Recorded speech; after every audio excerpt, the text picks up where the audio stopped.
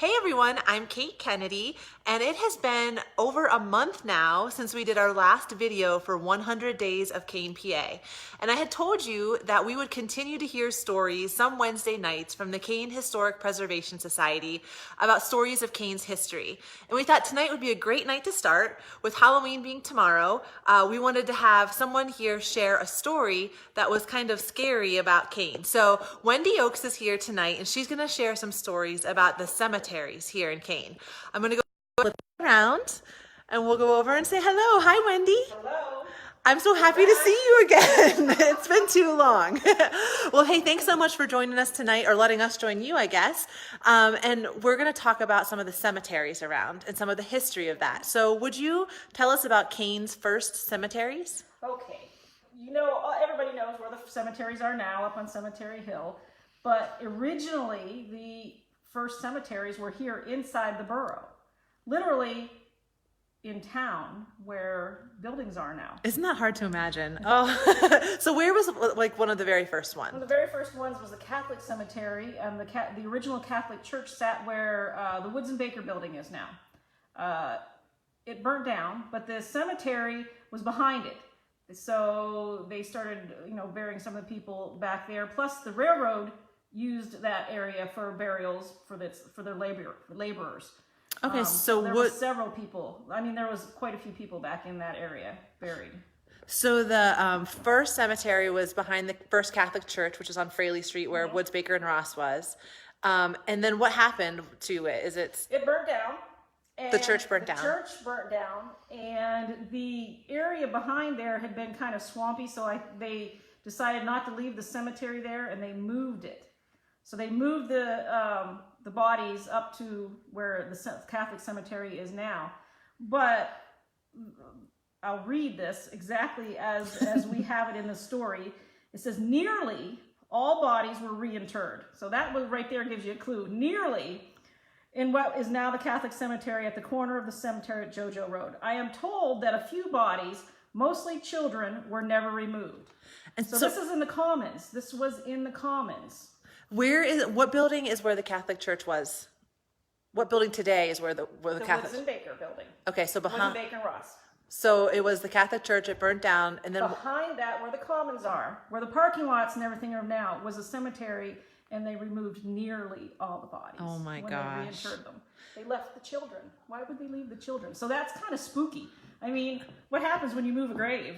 Right, right. At least what some people think would happen. It disturbs the graves. Yeah. Disturbs people. Yeah, I've never heard any stories about seeing any, children running around there that shouldn't be there, but who knows what we'll learn from this. So evidently there's children buried underneath parking lots with no That's so interesting. I never had heard that before. Was there any other cemeteries in town? Yes, there was another cemetery, and that was out by where Save-A-Lot is now. It was out in the woods, because the original Fraley Street did not go out that way. Wetmore Avenue was actually the road that went out of town. So the North Fraley Street was not built at that time. Flint Bottle Company came in and bought that property and wanted to build a factory there.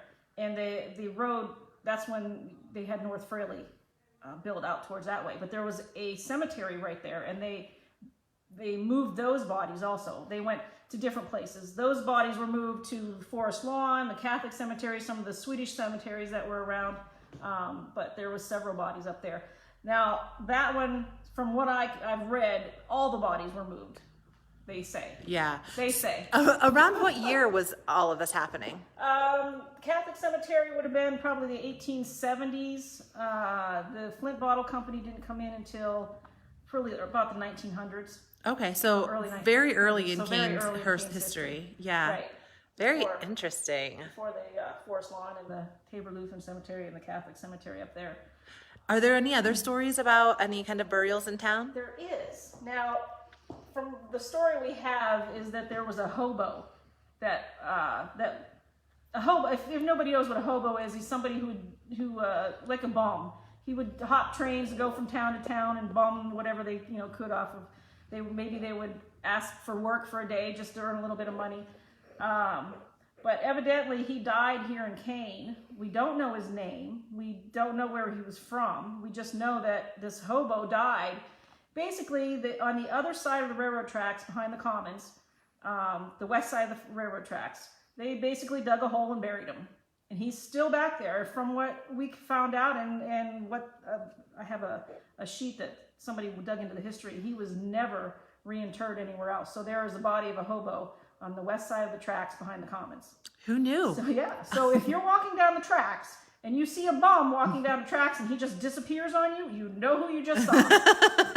So interesting. Well, thank you, Wendy. I had no idea. This is all new information to me tonight. Is there anything else that you wanted to share that you didn't get a chance to? I don't think so. This is a short and sweet night. Short and sweet. No, but very informative.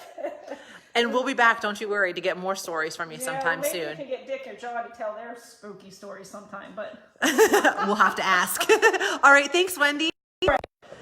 And thank you guys for tuning in. Did you guys know that there were cemeteries originally in the borough of Kane? I had no idea. And I think it's so interesting to learn about the different ways that the cemeteries were moved, and the commons. Who knew that there was so much activity back there?